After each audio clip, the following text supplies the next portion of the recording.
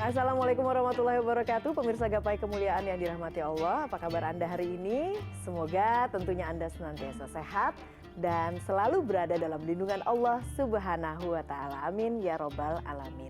Alhamdulillah, senang sekali hari ini saya Eva Yunizar kembali hadir menjumpai Anda dalam program kesayangan kita semua, Gapai Kemuliaan. Nah, selama 30 menit ke depan, insya Allah kita akan membahas masalah seputar fikih sehari-hari yang tidak jarang masih banyak dari kita salah dalam memahami dan juga mempraktekannya.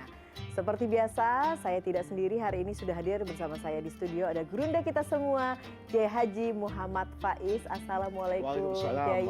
Apa kabar Kiai? Alhamdulillah sehat. Alhamdulillahirabbil alamin. Dan tentunya saya ingatkan kepada Anda pemirsa yang memiliki pertanyaan, Anda bisa kirimkan pertanyaan Anda baik berupa pesan teks maupun dalam bentuk video melalui nomor WhatsApp yang tertera di layar kaca. Anda juga berkesempatan untuk bertanya langsung kepada Ustadz melalui sambungan Zoom yang nanti secara teknis akan ditentukan oleh tim Gapai Kemuliaan. Dan bahasan pertama kita adalah terkait ragu mandi junub atau tidak. Nah, ini dalam masyarakat Yai, terutama kaum laki-laki ini terjadi kebingungan soal mandi junub. Kapan sebetulnya harus dilakukan mandi junub ini? Ya. Sebelum saya menjawab, agar tidak ada kesalahpahaman buat pemirsa, mengapa kemudian kita mengangkat tema ini gitu ya. Jadi sebetulnya hal-hal yang terkait dengan agama, kalaupun itu terkait antara hubungan laki dengan perempuan, itu tidak berarti tidak boleh ditanyakan. Hanya saja nanti tentu dibatasi oleh etika dan kepantasan.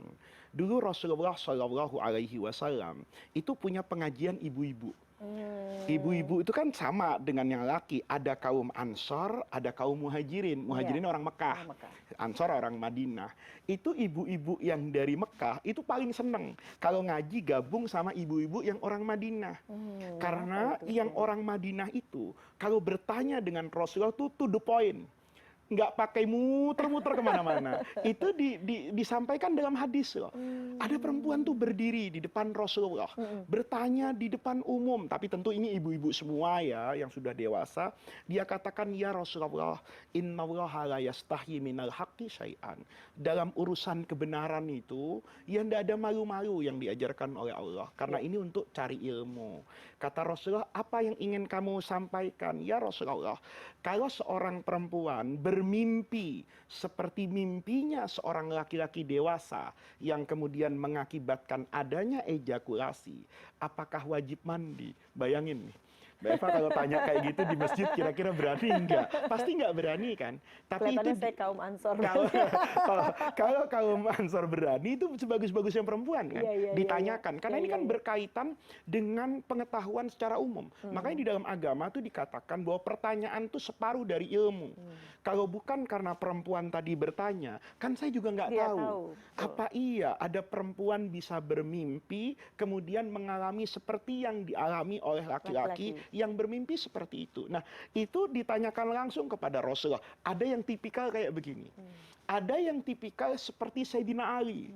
Sayyidina Ali ini kan mantunya Rasulullah. Dia bertanya tentang agama ke Nabi, itu kan ke mertuanya. Maka dia malu.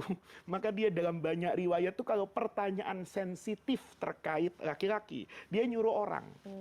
Dia ngomong sama Sayyidina Miqdad, sama Sayyidina Bilal. Bilal, saya ini sebagai laki-laki itu suka keluar air madhi. Air madhi itu bukan sperma, karena dorongan hawa nafsu. Kemudian kayak pasti yang laki-laki mengertilah bedanya antara madhi dengan sperma, atau dalam kondisi dia letih. Nah, yang seperti itu kalau terjadi sering keluar, saya itu mandi atau tidak. Nah, nanti menarik nih kan dibahas. Dari situlah kita menjadi tahu bahwa sperma itu suci tetapi mewajibkan mandi, sementara madhi itu najis tapi tidak mewajibkan mandi. Nah, itu karena para sahabat berani bertanya seperti itu. Jadi ini sebetulnya belum masuk pada konteks pertanyaannya, tetapi saya memberikan penjelasan bahwa ketika ini merupakan bagian dari edukasi, itu tidak ada yang salah. Ya, jangan sampai misalnya orang-orang yang punya tanggung jawab, seorang bapak kepada anak perempuannya dan seorang ibu kepada anak laki-lakinya. Kalau dirasakan ada rasa tabu dan tidak nyaman, kan bisa jadi yang anak perempuan tanya sama ibunya, yang anak laki tanya sama bapaknya. Tapi bapaknya punya kewajiban loh, ketika anaknya kelihatan sudah mau dewasa, nak kalau kamu mimpi begini-begini, maka kamu harus mandinya begini loh.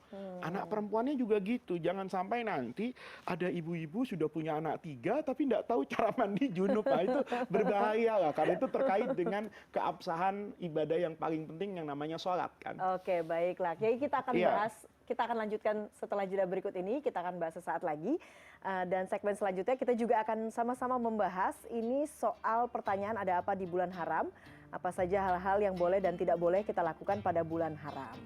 Temukan jawabannya sesaat lagi, jangan kemana-mana, Gapai Kemuliaan akan segera kembali.